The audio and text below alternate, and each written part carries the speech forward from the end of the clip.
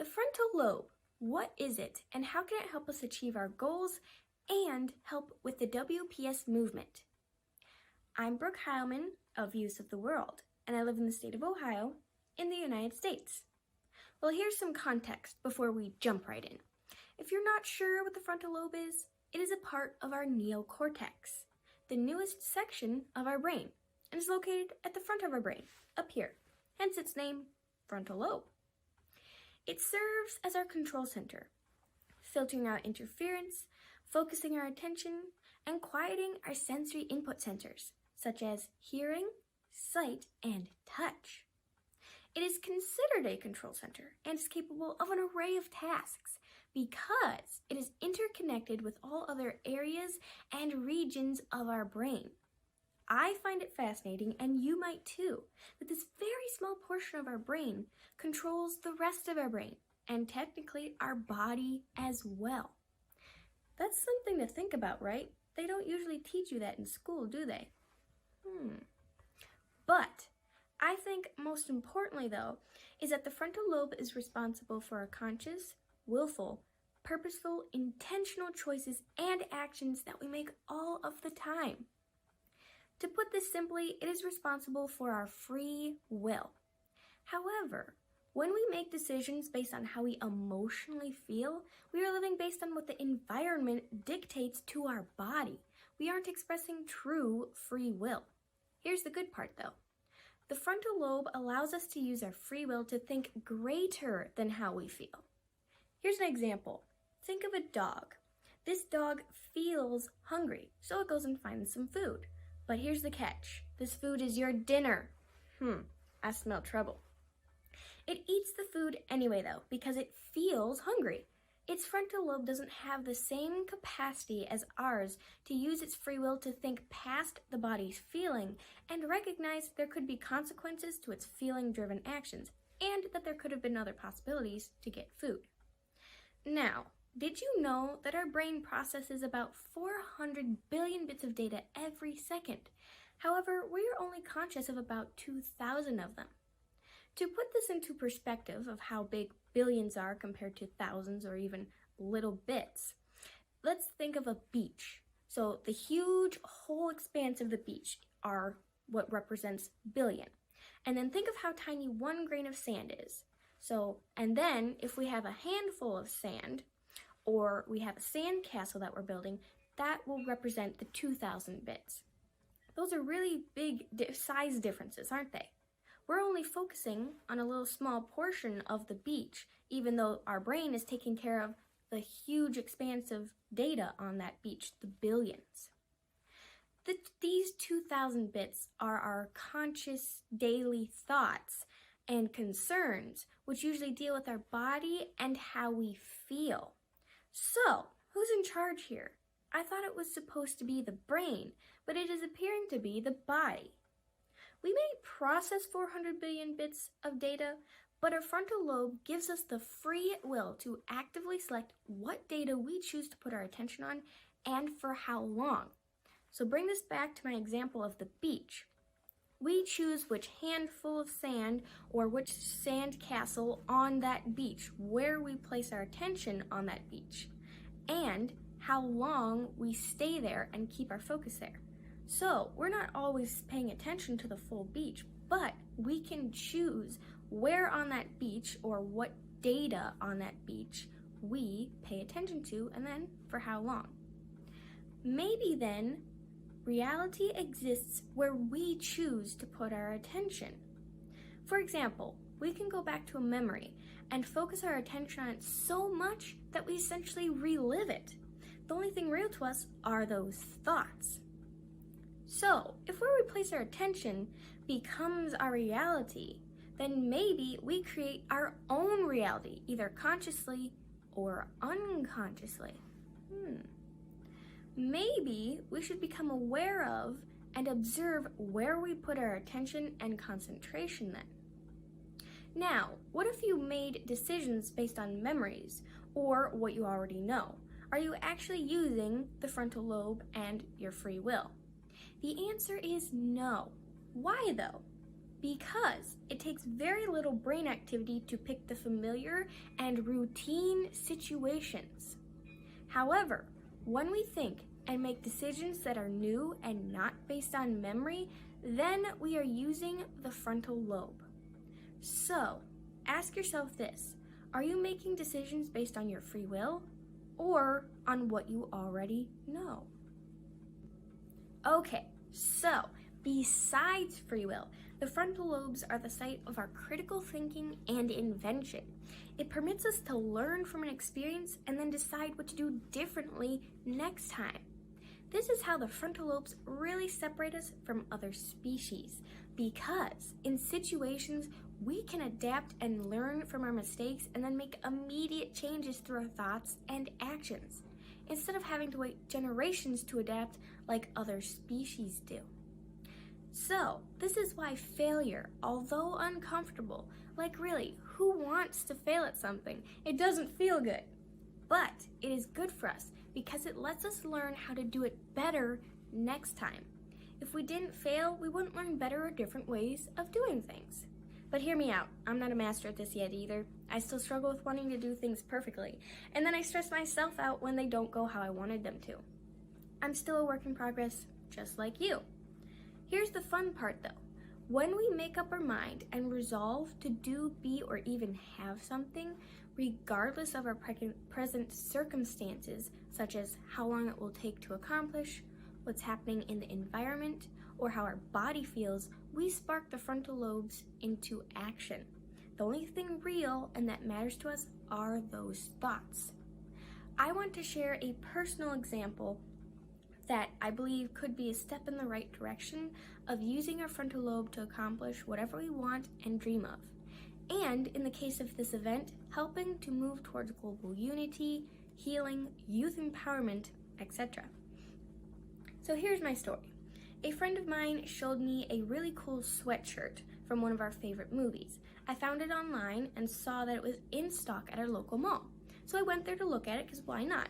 And I really liked it, but then I looked at the price and I was like, ooh, this is a tad expensive. So I was like, okay, we're gonna wait on that and see if I really, really want it. And for the heck of it, since I was at the mall anyway, I decided to go to another store that I really liked there. So I perused that store and found a few items that I liked and was gonna get. And then I found a second sweatshirt that I liked just as much as the first. And I looked at the price of that one and was like, yes, it's a little less expensive. But because I wasn't sure which one I liked more, I decided to wait on that sweatshirt as well. So I bought the other items that I had found, went home, and found the second sweatshirt online so I could show my friend. What was cool was online, it was $10 off and had the option of buy online, pick up in store.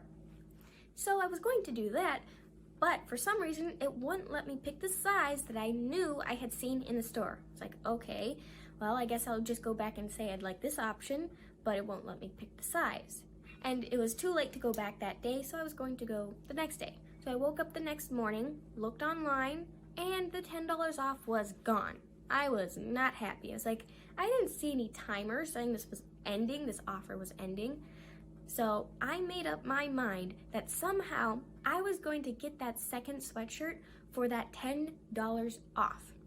So things happened, and somehow I looked at the receipt from the items that I had gotten at the store. At the bottom, it said, want a coupon? Take our survey. So I took the survey. You know what was at the end?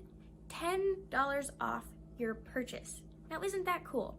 When we make up our mind to get something or have something that we really, really want, we will get it. We just have to practice at it. Now, here's another ability that our frontal lobe gives us. When we concentrate, pay attention, or learn with great intent and complete focus, it prevents our brain from wandering off our chosen path of activity. It cools off the sensory circuits so that our thoughts will become center stage. They become center stage because nothing is interrupting or interfering with our concentration on them. These thoughts that we are focusing on can become more real to us than our external environment. I'm sure many of us have experienced this at least once or twice while reading a really, really good book. We become so immersed in that book that all that is real to us are our thoughts while we read. We may not have realized that somebody was calling our name or asking us a question. The environment essentially just didn't exist to us at that time. The frontal lobe does this by lowering the volume of the signals sent to our brain so that our mind doesn't wander from what we're focusing on. Here's the cool part. Once we practice and then master this skill, we will be able to get whatever we want done by tuning out the distractions around us. One thing that I do that I think could be a good starting point for many people to this ability of focusing is using music. I will sometimes use music to help tune out the sounds around me so that I can concentrate better. Depending on what I'm doing, I can listen to music with lyrics, or sometimes I need no lyrics. Of course, this technique works for me, but it might not work for everybody. So just experiment with what things and techniques help you to concentrate better. By now, you're probably thinking, this is all well and good, but how is it actually going to help me to achieve my dreams and help with the WPS movement? Well, one way to start is mental rehearsal. This is when you mentally rehearse or practice what you want your physical actions to be.